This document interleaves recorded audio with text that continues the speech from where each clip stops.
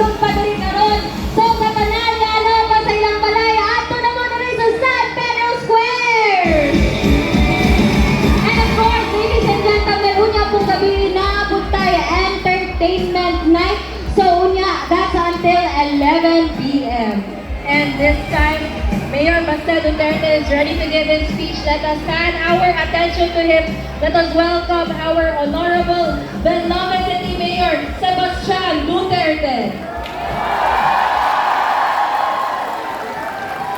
Ayong udto sa inyong tanan. Mga magandang araw din sa mga naka-live, mga taga Sub-Saharan Mindanao.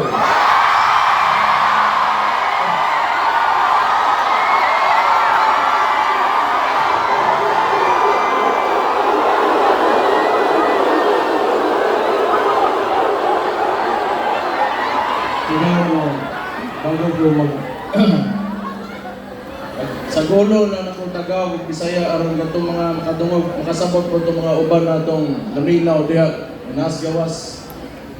Unang-una sa tanan, nagpasalamat ko sa inyong ginapakita ang suporta sa kuamahan.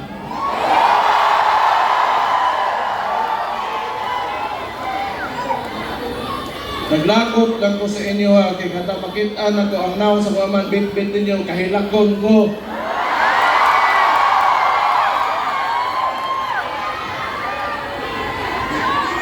Mugara po mo. Gusto ko magpasalamat sa tanang Pilipino sa tibok kalibutan na nagpakita o suporta kay PRRD.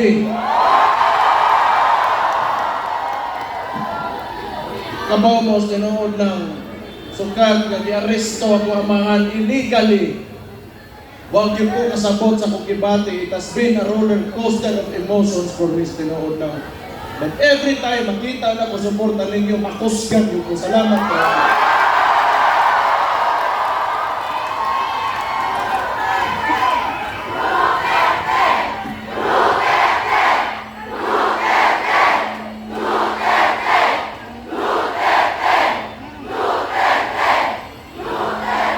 Siguro, gamiton ko ni nahimo kong Vice Mayor Morning, sa termino na ko karon, morning last na nako na araw ng Davao, sa termino na ko karon. Wa ko makibaw kung unsa magay kaugmaan o yung future ng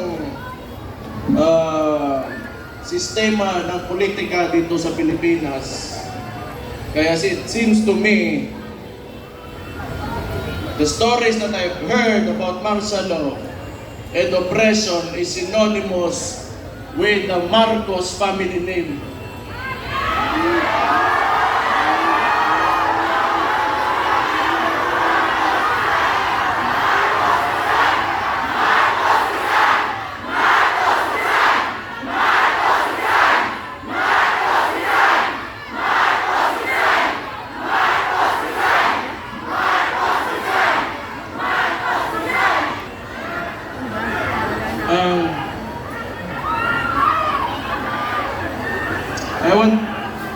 I will take this opportunity to tell Mr. Marcos how I feel about him. Mr. President Marcos, you will never be loved.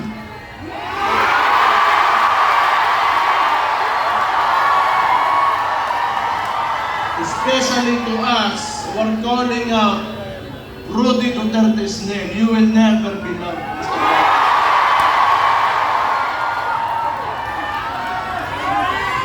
We will stand up and we will fight back.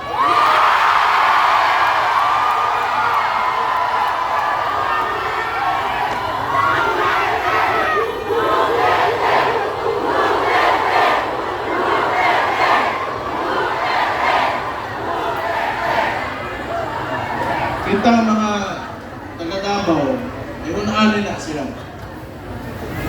Labing nanto mga tugtugay dire, Unya, kanang nituo sa plataforma politika sa kuamahan. Nga ilang gikuha, ganing administrasyon ni Marcos, si Bongbong Marcos mismo, binigay niya sa ICC.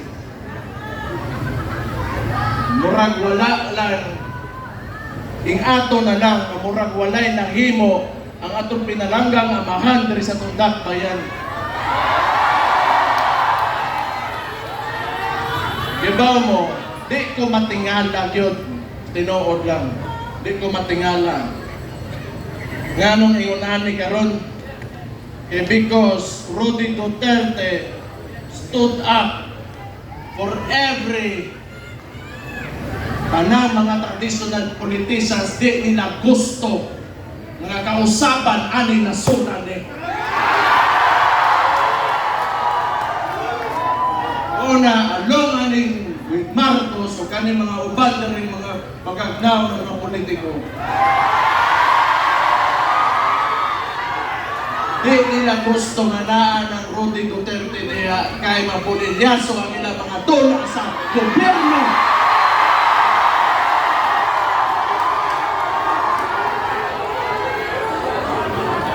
Gusto ko lang iingnon kay Bongbong Marcos. Aside you not being loved by the people, all you have is the government's resources and your term. Beyond that, you are nothing.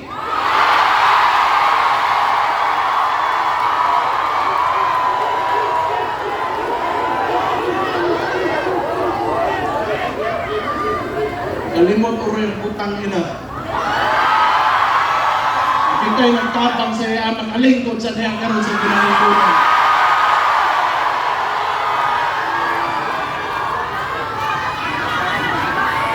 And I truly pray, Mr. Marcos, that you will be able to finish your term. I pray.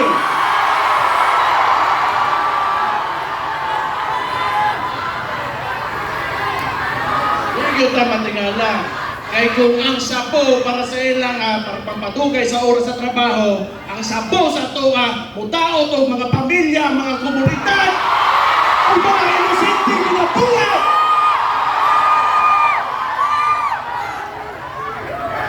Kaya kung matingala, nga na sila. Sige lang.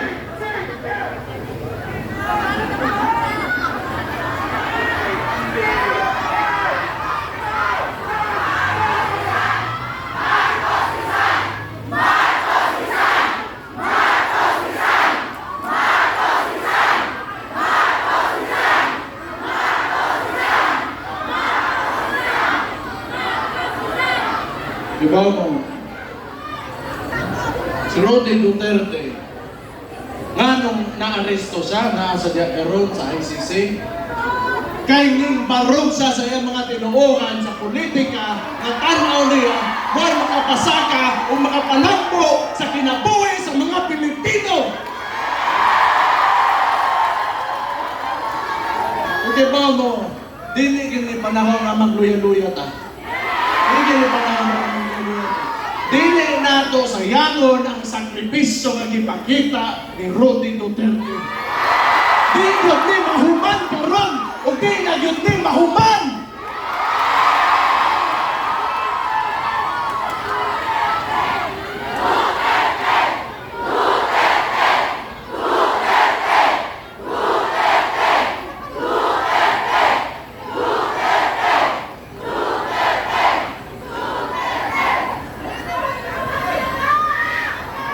Sige lang, basta kita, labi na itong mga contemporaries na ko, some older, little bit older than me, a little bit younger than me, kita gipatako ta ng mga dapawenyo.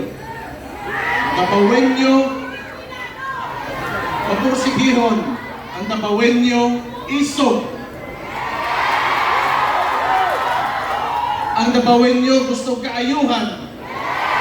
Ang dabawin nyo gusto ka matuoran. Ang dabawin nyo garboso. Mabuhay mong tanan.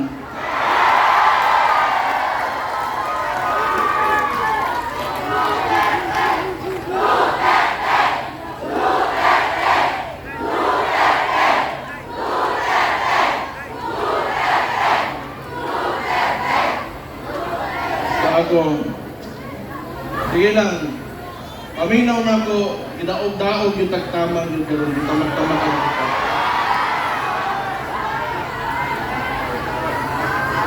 Ngayon, wala lagi mo, wala lagi po po diri, wala na. Dindinig tungod sa inyo, mo nang masalamat na lang yun ko. Ako, usara ko ka tao, anak ko sa mamahan, pero dili ko gaingon ani mga istorya, wala ko gaingon ani.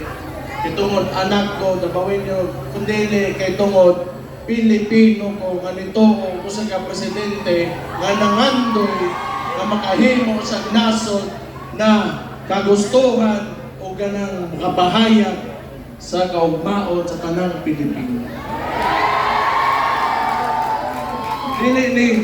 Dili ni tungod kay ato, dili ni. It's about us, the Filipino people. How a government treats his own. Iyang gipapreso. Dili na lang mention kay personal, pero ingno na lang po nako, dari usbo nako. Last year, January, giingnan taga Marcos, wag kay utang kabubuton. Ang imong amahan, di panupong sa akong amahan, pero akong amahan, di papreso nimo utang talaga.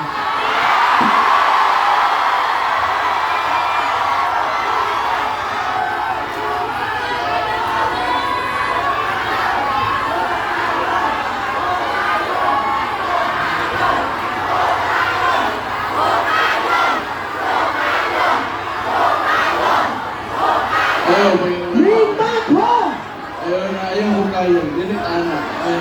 Way labot ang patay ang istorya ano. Way labot ang patay. Naana na diha, isagin na ninyo. Doon, wala man si akong amahan dire, inyong tatay digong, wala pa dire sa Pilipinas. Pero kibaw ko, nagpabili niyahang inspirasyon o ang iyahang spirit within every Filipino na na-touch niya sa iyahang termino.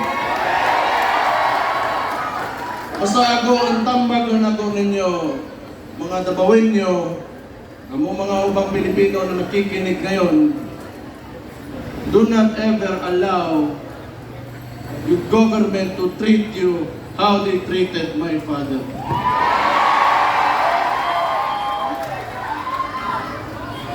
Usap,